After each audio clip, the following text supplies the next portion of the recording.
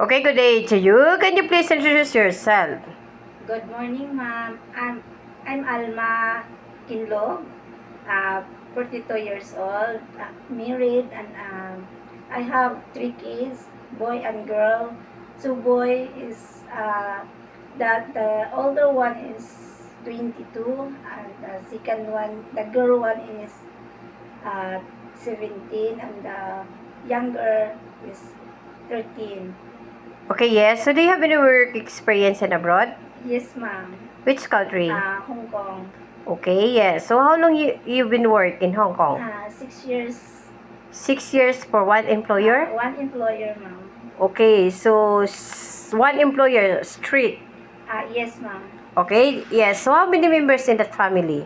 3. 3 members. Okay, so they have a kids? Only one. Only one kid. So, yes. How old? The kid is 7-year-old.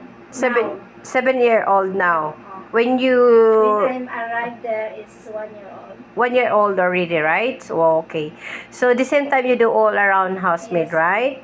Okay, can you tell me what is your main duties? My main duties is household chores, cooking, caring the baby, and uh, all going to school.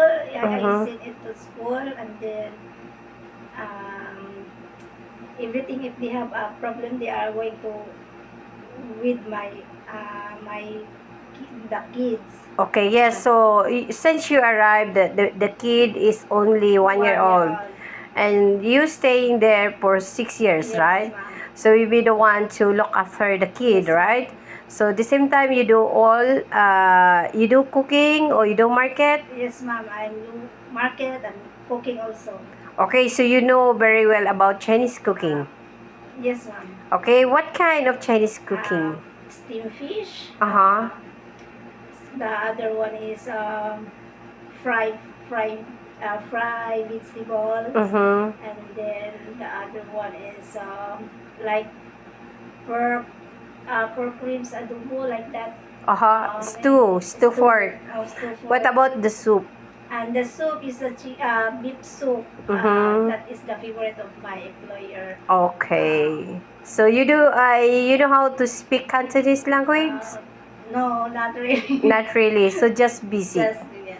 Okay, yes, since you have been experienced for a baby, so look after a baby. So of course, are you capable to look after a newborn or young child? Yes, yes. Okay, yes. So then, can you tell me how the way you taking care baby or young child? Yeah, first day of my employer, to take care of the kid is ada yung baby is to going to clean the bottles, and then taking no, I didn't the one to take a bath for the kid, and the food I'm the one to prepare, and then the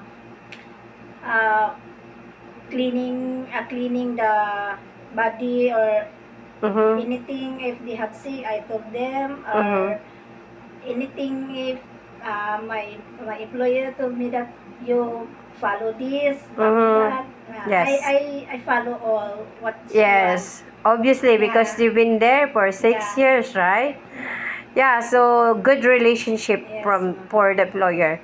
Okay, so since you arrived there, so you be the one to look after, and you are not able to take a bath for the young child, Yeah, the baby. until I finish the contract. Until you finish the contract. Only one time Oh, I see. taking So a bath I think only. your boss, Yeah. your employer want to They don't want to take care of yes, when the take a bath. Yeah, take a bath. Okay, so okay, yes. So then for example, if the baby is crying and crying, so what will you do? I'll check at him what is wrong, or if they are not really really hurt. If I look at him, if it's not really Feeling well. serious, I'm going to um, singing, or I'm going to talk to him like kids, like that. Yes. And then or I sing him a lullaby, like kids rhyme like that. Yes, that if there is something wrong, so maybe that is not feeling well, so what will you do? I call first my mom, and then Yes. I follow what is her instruction. Yes, to inform immediately to your boss that the baby is not feeling well, and of course you wait the instruction or you give a first aid, and of course you rush to the hospital if needed. Yes, ma'am. Can you sing a song on nursery rhymes? Okay, Like, go on. the wheels on the bus go round and round, round and round, round and round. The wheels on the bus go round and round, all through the town. Thank you very much about that. Okay then, so yes, so why you want to go to work again in Hong Kong? I want to work again because I have needs for my kids. Mhm. And then also, I miss also Hong Kong. Yes. But I miss also my country. But I really want to work for my own, for the own goods of my family. Yes, especially because that the kids is going to Yeah, college, going so to we have to college. prioritize about the Yeah. future of our children, especially when they go to university. Okay, yes. So then, if you luckily hired in Hong Kong, do you have any message to your future employer? I hope I hope mom she give me what is that? Okay, yes. Like what my old employers Hire you again. hire me again if she want it. I accept if she hire me also. If she hire me. Yes. And then if they have another employer, I need uh, please don't what's that like because I want be honest. Honestly is the best policy, right?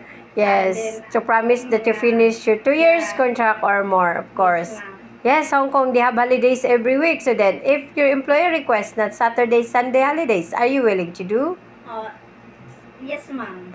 Are you willing that no holidays? Yes, ma'am. Of course, they give you back. They give you a money back for overtime pay. So at least you can earn more. Yes, ma'am. Yes, ma'am. And to promise that you cannot ask salary advance from your employer. Yes, ma'am. And to promise that you cannot involve in ibang finance in Yes, Hong Kong. yes, ma'am. Okay, before we end this interview, can you show us your best smile? Thank you.